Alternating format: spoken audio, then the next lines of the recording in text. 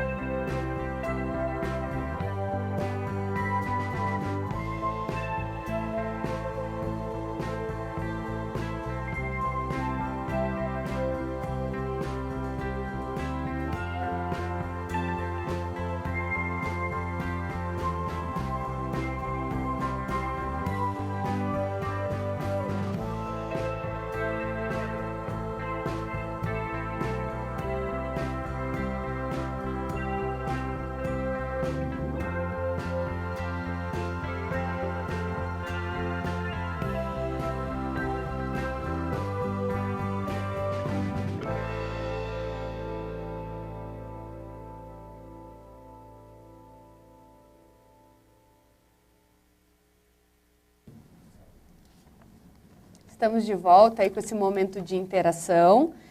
Gostaria de deixar aqui também que pode ser que alguns professores já tenham trabalhado isso em sala de aula com vocês. Então, é um momento de retomada, de reforçar a fala do professor de vocês. É importante também essa valorização, né, do professor que está ali, que está na sala, que provavelmente está interagindo com vocês em algumas mídias, né? Então, aproveitem, anotem algumas dúvidas, vocês podem mandar pelo chat ou pode tirar com o professor de vocês.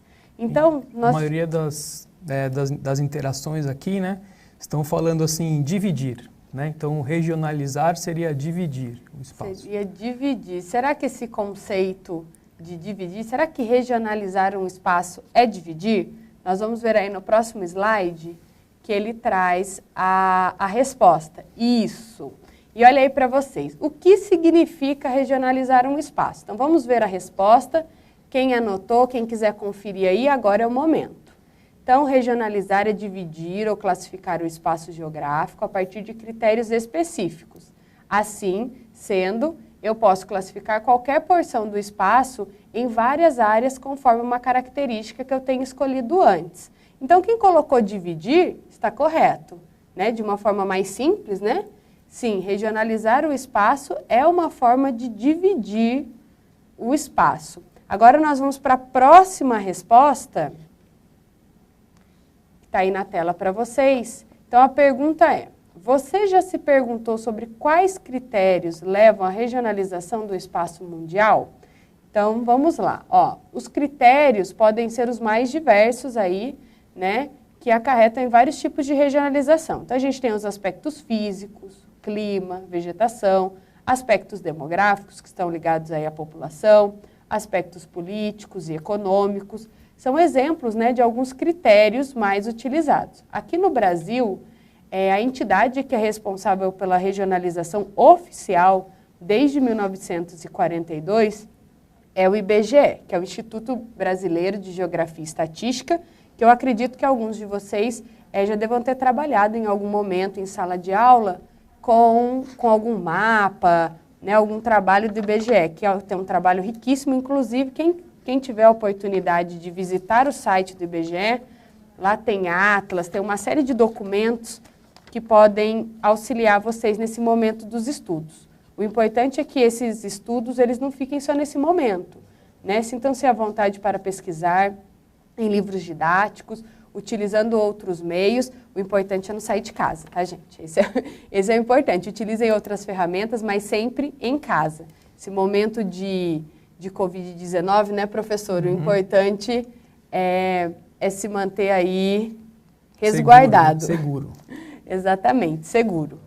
Então, nós vamos aí para o nosso próximo slide, que ele vai propor para a gente alguns critérios, né? Lógico que são alguns, não teria nem como a gente colocar todos pelo número de critérios que nós temos, mas a gente tem, eu posso dividir, posso regionalizar aí através de continentes, eu posso através da vegetação, eu posso pegar um país, um estado até mesmo, né?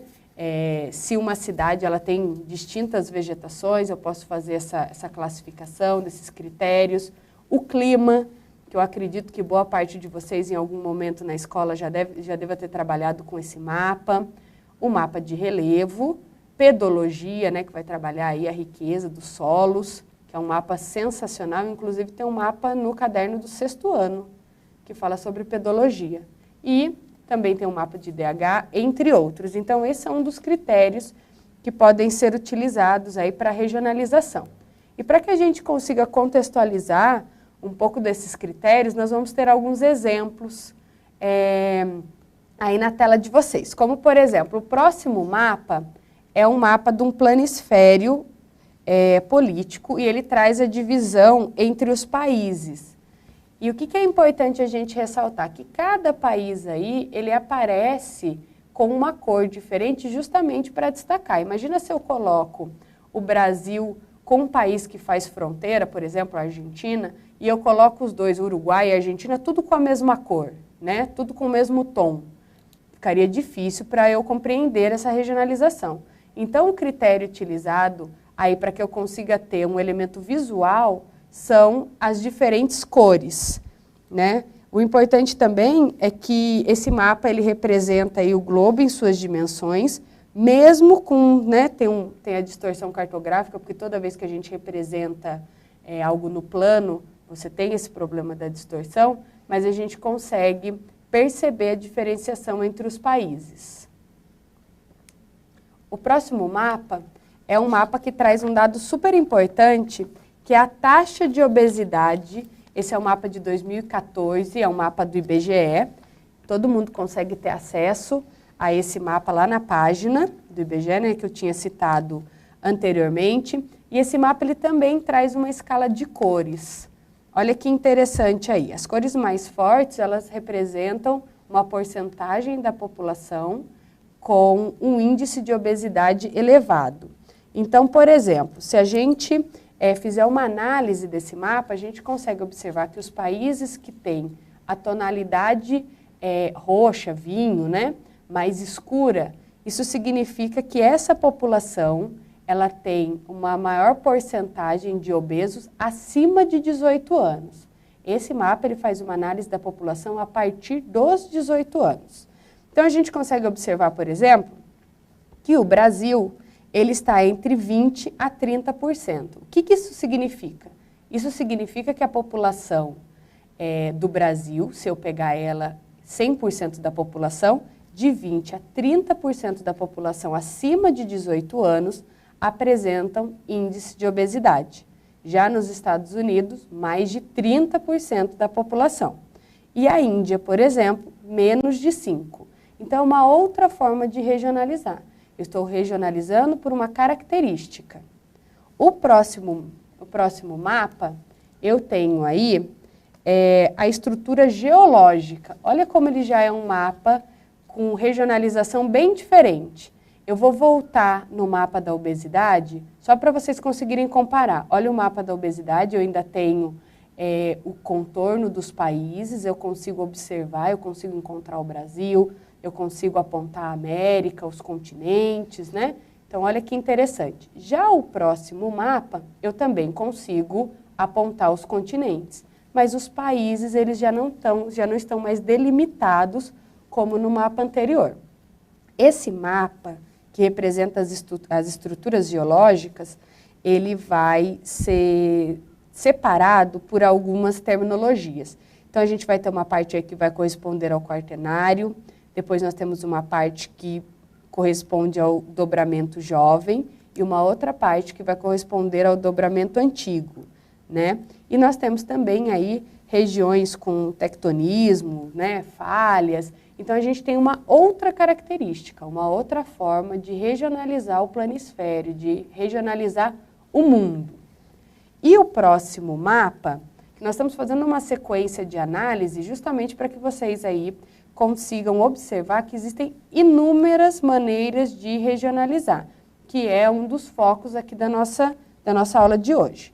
Então, olha que interessante. Esse mapa, ele representa o acesso à água potável. Ele também é um mapa do conjunto do IBGE, ele é um mapa de 2015. Então, esse acesso à água potável, ele representa que quanto mais escuro, maior o acesso à água potável. Então, se a gente fizer uma análise desse mapa, a gente consegue observar, por exemplo, que o Brasil tem 99% da população com acesso à água potável. Existe uma diferença entre acesso à água potável e água encanada, tá? Então, são itens diferentes. Nós estamos falando acesso à água potável. Se a gente reparar, por exemplo, a Venezuela aqui na América do Sul, nós estamos de 80% a 99% da população. Se nós separarmos a Angola na África, menos de 50% da população tem acesso à água potável. E Madagascar, também na África, de 50% a 65% da população tem acesso à água potável.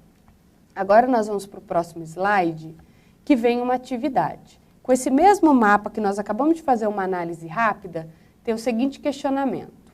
Qual é o continente com menor acesso à água potável por domicílio? Lembrando que esse mapa ele ainda faz essa análise, né, por domicílio. Lembra que o mapa de obesidade, ele fala de indivíduo, né? Porcentagem por indivíduo acima de 18 anos. Nesse caso, é por domicílio. Então, nós vamos dar aí para vocês 3 minutinhos. Coloquem aí no chat qual é o continente que vocês observaram aí que tem menor acesso à água potável por domicílio. E já já voltamos.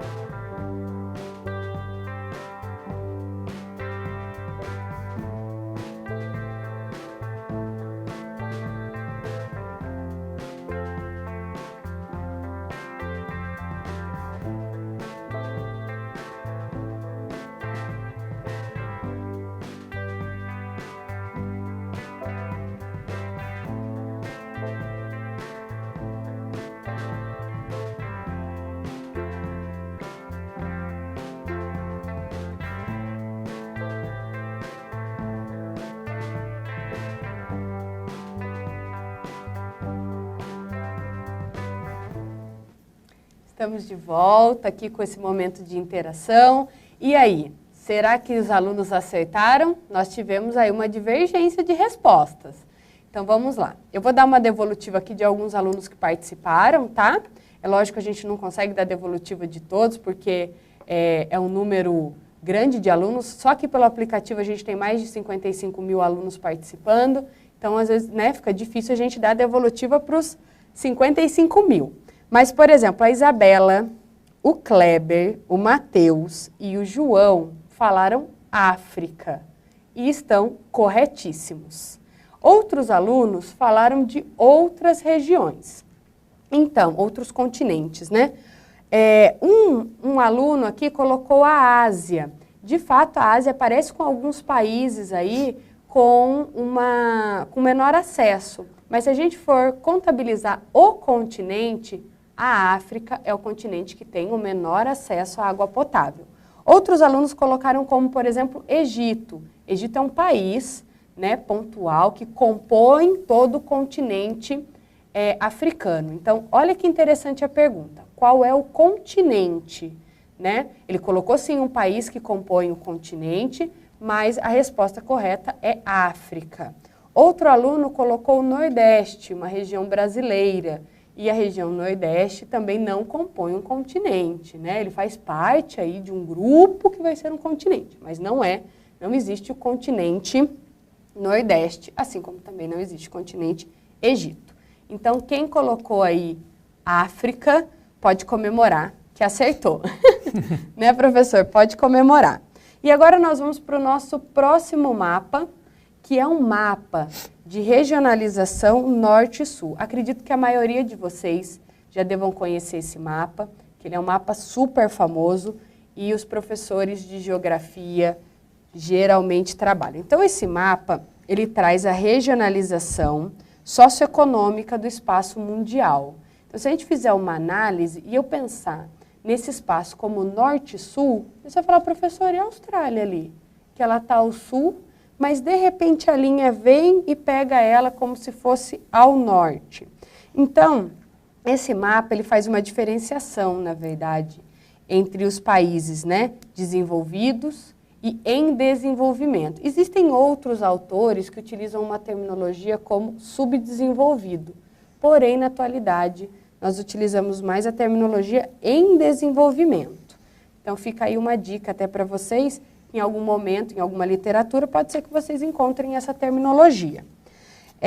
Os países aí que compõem essa região norte são grandes potências, né? E aí, por isso, eles estão aí divididos. Reparem que esses países, eles estão aparecendo para vocês na cor amarela. E a cor verde, que seriam esses países em desenvolvimento. Porém, não podemos deixar de citar que alguns países que são classificados aí como região sul, são países que estão aí em pleno desenvolvimento. Lógico que nesse momento que o planeta está passando, né, nós temos aí algumas mudanças, né, professor? Uhum. Porém, o que vai nortear esse desenvolvimento, né? É o desenvolvimento tecnológico, a presença de grande capital, de grandes indústrias, né? E fica aí como destaque esses países que estão em desenvolvimento, a China, o Brasil, o México, o Chile, África do Sul, dentre outros. Então, só retomando aqui, esse mapa ele é um mapa que trabalha a regionalização socioeconômica do espaço mundial. Então, nós vamos agora para uma contextualização do mundo bipolar, certo, professor? Isso. Então, a gente vai falar um pouquinho agora, né, da questão de um mundo bipolar, de um mundo multipolar. Mas antes de falar de um mundo bipolar, né, a gente tem que contextualizar assim, o período da questão antes da Primeira e da Segunda Guerra Mundial. A gente tinha, nesse momento, um mundo também multipolar, né? Então, os países que já tinham passado pela Revolução Industrial, principalmente a Inglaterra e a França, né? Eles eram polos lá de desenvolvimento, principalmente porque esses países eles tinham colônias espalhadas pelo mundo, e essas colônias eram a sua área de influência, né? E a gente também tem a questão dos Estados Unidos e a questão da Alemanha, tá? Então, antes, né, da Primeira Guerra e da Segunda Guerra Mundial, a gente tinha um mundo também multipolar, tá? Só que com a questão lá do final da Segunda Guerra Mundial, né, quem foram os vencedores da Segunda Guerra Mundial?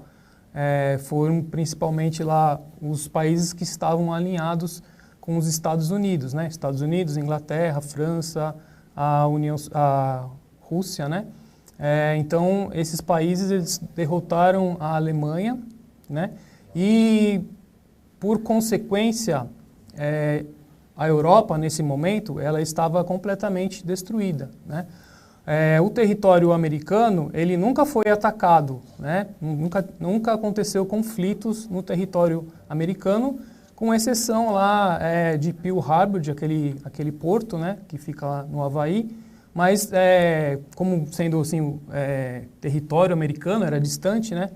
Então a gente pode praticamente considerar que o território americano não foi atacado, né, e com isso eles não tiveram prejuízos, na verdade, com a guerra, né? Ao contrário dos países europeus que estavam completamente destruídos quando a Segunda Guerra acabou, né? Então, a partir do final da Segunda Guerra Mundial, né, esses países vencedores, né, eles tiveram que fazer alguns planos, né, para ativar a economia da Europa, principalmente, tá? Então, uma coisa importante que aconteceu foi o Plano Marshall, né, que era um plano de desenvolvimento lá da Europa, só que existia um conflito, né, entre ideologias, né, então tinha uns países lá que estavam mais alinhados, né, aos Estados Unidos, os países capitalistas, né, e a Rússia, que se a gente for lembrar, né, da Revolução Russa, era um país socialista que os ideais, né, eram totalmente contrários aos ideais capitalistas dos Estados Unidos, principalmente. Na Rússia não existia propriedade privada, você não era o dono da terra, era uma outra lógica, né, de sociedade. E isso gerou um conflito com essa lógica capitalista dos Estados Unidos, né? Então, começou ali essa divisão, né, desse mundo bipolar. Então, os Estados Unidos, eles fizeram um plano Marshall, desenvolveram economicamente a Europa, né, criaram o Banco Mundial para emprestar dinheiro para a Europa, criaram o FMI também com esse sentido, né?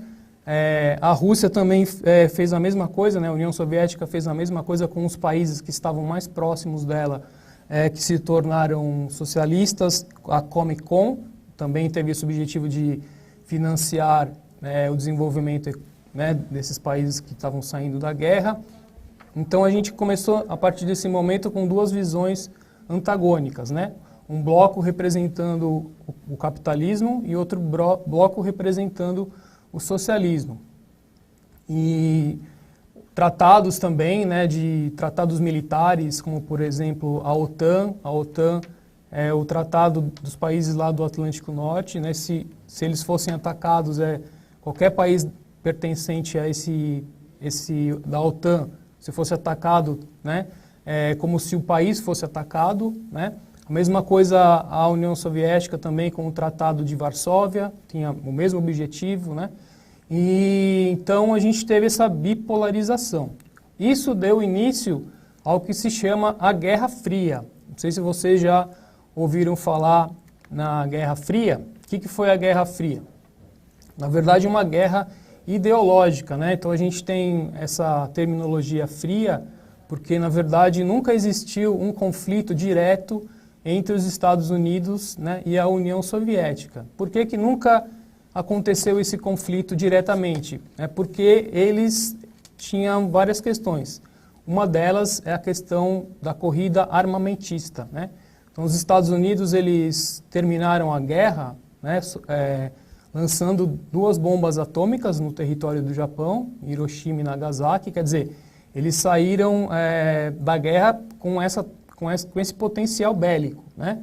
E logo em seguida a União Soviética também conseguiu desenvolver a sua bomba atômica, né? Então a Guerra Fria era esse equilíbrio, né, das forças. Então eu ficava receoso em atacar um país porque eu sei que ele tem o mesmo poderio bélico que eu. Então eu não vou conseguir competir com esse país, né? Então a Guerra Fria é isso, tá?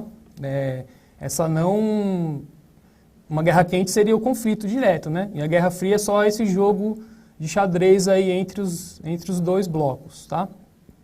Não só também uma corrida armamentista, né? Para provar qual sistema é melhor, né? Qual sistema, o capitalista ou o socialista é melhor, né?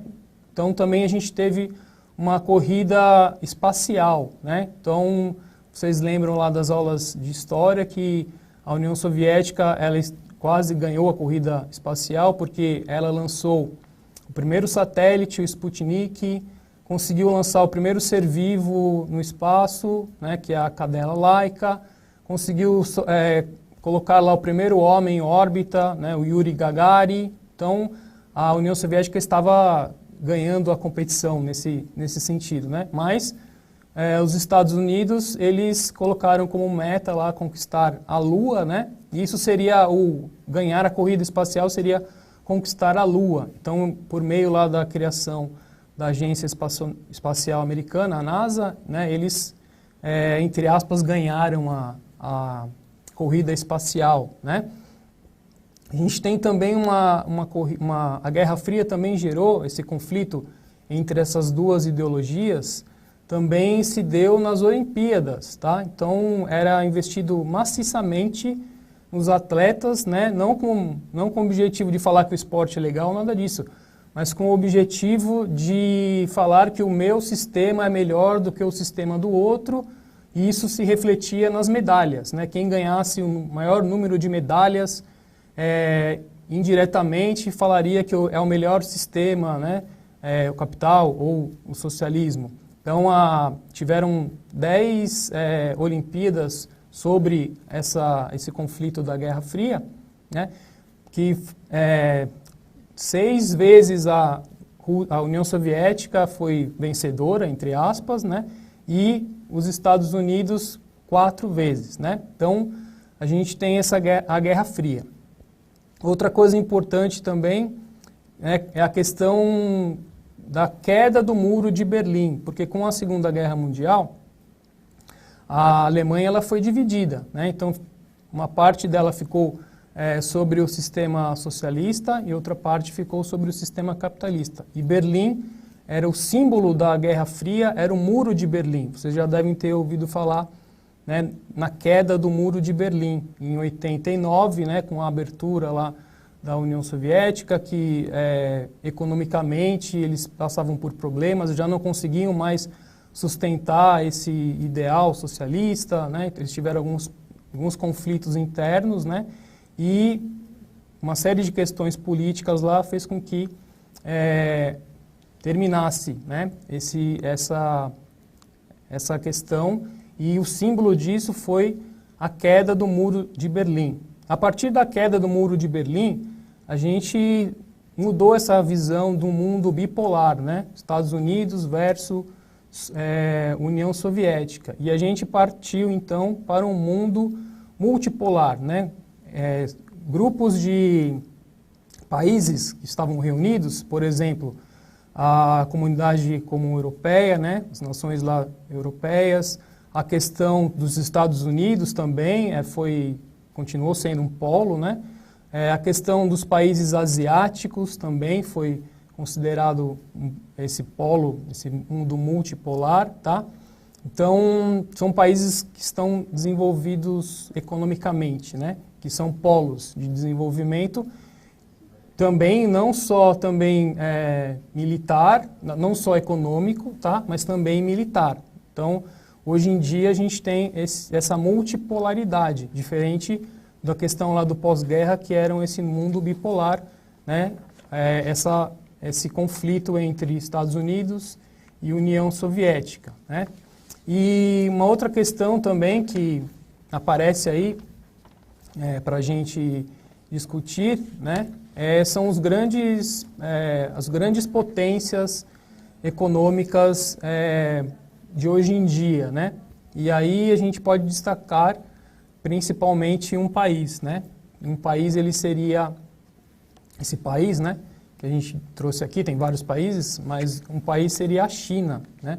A China, ela tem um grande potencial, né, econômico, porque, principalmente por causa da população chinesa. A população chinesa tem 1,3 bilhões de pessoas. Só o vírgula já é maior aqui que o Brasil. Então, vamos imaginar o potencial econômico, né, que tem, de comércio entre os países. A China, ela desenvolve um grande poderio nesse sentido, né?